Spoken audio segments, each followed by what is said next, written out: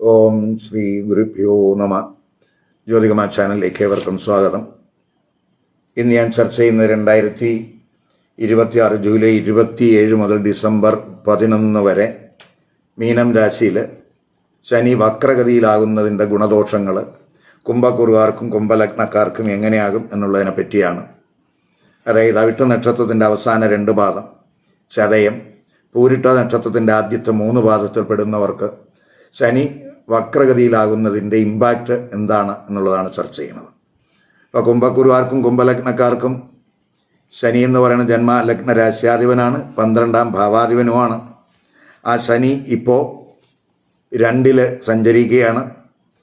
2-ൽ സഞ്ചരിക്കുന്ന ശനി ജൂലൈ 27 മുതൽ ഡിസംബർ 11 വരെ ആ 2-ൽ വക്രഗതിയിലാകുകയാണ്.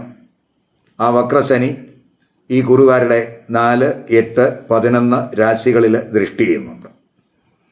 അതേസമയം 2ഉം 11ഉം ഭാവാധിപനാണ് ഗുരു.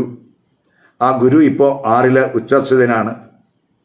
അവിടെ നിന്ന് ആ ഗുരു 2-ൽ ദൃഷ്ടി ചെയ്യുന്നുണ്ട്. അത് നമുക്ക് ധനസ്ഥിതി ഇംപ്രൂവ് ചെയ്യുന്നതിന് സഹായകമാകും.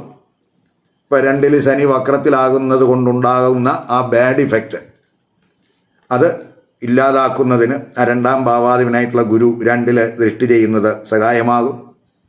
പ്രത്യേകിച്ച് സമ്പാദ്യം വർദ്ധിപ്പിക്കുന്നതിനുള്ള ശ്രമം ഉണ്ടാകും. കമ്മ്യൂണിക്കേഷൻ തലത്തിലൊക്കെ നമുക്ക് ശ്രദ്ധ കൂടാവുന്ന സമയം കൂടെയാണ്. ഇപ്പോൾ ജന്മ ലഗ്നരാശ്യാധിപനായിട്ടുള്ള ശനി 2-ൽ വക്രത്തിലാവുമ്പോൾ 2ാം ഭാവസംബന്ധമായ കാര്യങ്ങൾ നമ്മൾ ശ്രദ്ധ കൊടുക്കേണ്ടതായിട്ട് വരുന്നു. പ്രത്യേകിച്ച് കുടുംബത്തിലെ ഉത്തരവാദിത്തങ്ങൾ, ധനപരമായിട്ടുള്ള കാര്യങ്ങൾ, സമ്പാദ്യം, ഇവയിലൊക്കെ നമ്മൾ ഒരു കെയർ കൊടുക്കേണ്ടുന്ന സമയമാണ്. പ്രത്യേകിച്ച് ഈ കുറുകാരെ സംബന്ധിച്ചിടത്തോളം അവരുടെ 7ര ശനിയുടെ ലാസ്റ്റ് ഘട്ടമാണ്. ഇപ്പോൾ 2-ലെ ശനി വക്രത്തിലാകുമ്പോൾ ആ ശനി ജന്മരാശിയുടെ ദിശയിലേക്കാണ് നീങ്ങുന്നത് എന്ന് മനസ്സിലാക്കാം. പൊതുവെ കാര്യങ്ങൾക്ക് ഒരു മെല്ലപ്പോക്ക് അനുഭവപ്പെടാൻ സാധ്യതയുണ്ട്.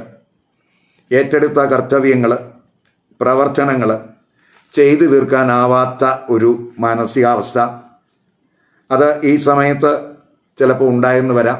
അപ്പോൾ നമുക്ക് നമ്മുടെ പ്രവർത്തനങ്ങളിൽ എന്തെങ്കിലും വീഴ്ചകൾ വന്നിട്ടുണ്ടെങ്കിൽ അത് കറക്റ്റ് ചെയ്ത് അവ പൂർത്തീകരിച്ച് പോകാനുള്ള ഒരു ശ്രമം ഈ സമയത്ത് ഉണ്ടാകണം. നമ്മുടെ ലൈഫ് സ്റ്റൈലിലൊക്കെ ഒരു മാറ്റം വരുത്തുന്നത് നല്ലതാണ്. ആഹാരത്തിലൊക്കെ ശ്രദ്ധിക്കുന്നത് നല്ലതാണ്. ഇപ്പോൾ ജന്മരാശാധിപനൊക്കെ വക്രത്തിൽ വരുമ്പോൾ നമ്മൾ സ്വന്തം കാര്യങ്ങൾക്ക് കൂടുതൽ ശ്രദ്ധ കൊടുക്കേണ്ടുന്ന സമയമാണ്. വ്യക്തിത്വത്തെ ബാധിക്കുന്ന പ്രശ്നങ്ങൾ എന്താണെന്ന് തിരിച്ചറിയണം. അത് മാറ്റാനുള്ള ഒരു ശ്രമം ഉണ്ടാകണം. മറ്റുള്ളവരോടുള്ള സമീപനം അതിൽ നമ്മൾ ശ്രദ്ധിക്കണം. അവരോടുള്ള കമ്മ്യൂണിക്കേഷൻ എങ്ങനെയാകണം, ഇവയിലൊക്കെ നമ്മൾ ശ്രദ്ധിച്ചു പോകേണ്ടുന്ന സമയമാണ്. ഇപ്പോൾ 2-ൽ ശനി വക്രത്തിൽ ആകുമ്പോൾ കുടുംബാംഗങ്ങളുമായിട്ടുള്ള ബന്ധം, അവരുമായിട്ടുള്ള സംസാരം, ഇവയിലൊക്കെ നമ്മൾ ശ്രദ്ധിക്കണം. ധനപരമായ കാര്യങ്ങളിലൊക്കെ ഒരു അവലോകനം ആവശ്യമായിട്ടുള്ള സമയമാണ്. നമ്മൾ സമ്പാദ്യം, അതുപോലെ ഫിനാൻഷ്യൽ തലത്തിലൊക്കെ ഒരു പ്ലാനിങ് ഒക്കെ നടത്തി പോകുന്നത്, ഒരു ഫിനാൻഷ്യൽ ഡിസിപ്ലിനൊക്കെ ഈ സമയത്തുണ്ടാകുന്നത് നല്ലതാണ്. ധനച്ചെലവിൽ, അതുപോലെ മുതൽ മുടക്കിൽ ഒക്കെ തന്നെ നമ്മൾ ഒരു ശ്രദ്ധ കൊടുക്കുന്നത് നല്ലതാണ്. ഇപ്പോൾ പൊതുവേ നമുക്ക് ഇവയിലെല്ലാം ഒരു ഇവാലുവേഷൻ നടത്തി പോവുകയാണെങ്കിൽ 2ാം ഭാവസംബന്ധമായിട്ടുള്ള പ്രശ്നങ്ങളൊക്കെ പരിഹരിക്കാൻ കഴിയും. മാത്രമല്ല 2ാം ഭാവാധിപനായിട്ടുള്ള ഗുരു 2-ൽ ദൃഷ്ടി ചെയ്യുന്നത് കൊണ്ട് പ്രശ്നങ്ങൾ പരിഹരിക്കാൻ എളുപ്പവുമാണ്. അപ്പോൾ ആഹാരത്തിൽ, ഫുഡ് ഹാബിറ്റിൽ, ഇവയിലൊക്കെ ഒരു കെയർ കൊടുത്തു പോവുക.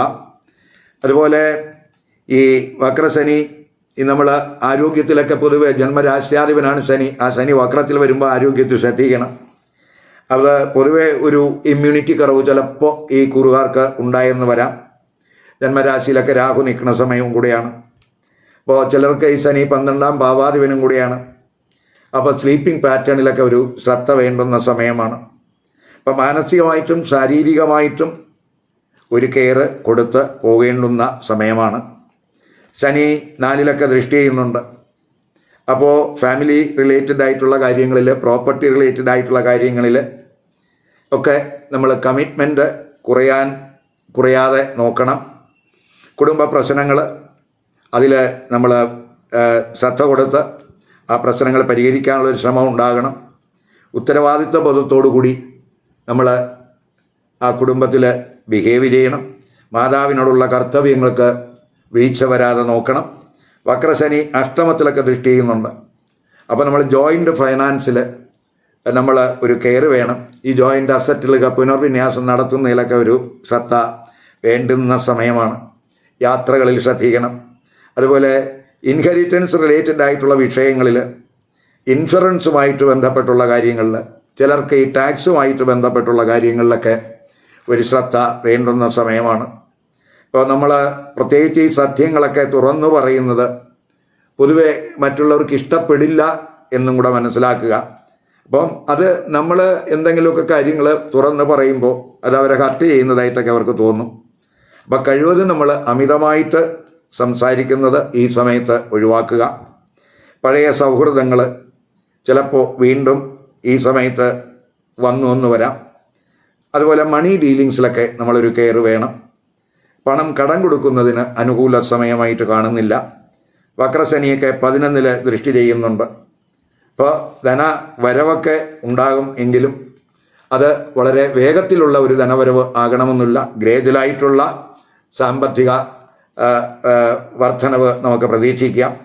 എല്ലാ കാര്യങ്ങളിലും ഒരു ഡിസിപ്ലിൻഡ് ആയിട്ടുള്ള എഫർട്ട് ഈ സമയത്തുണ്ടാകുന്നത് ഈ വക്രശനി സമയത്ത് ഗുണം ചെയ്യുമെന്ന് മനസ്സിലാക്കുക.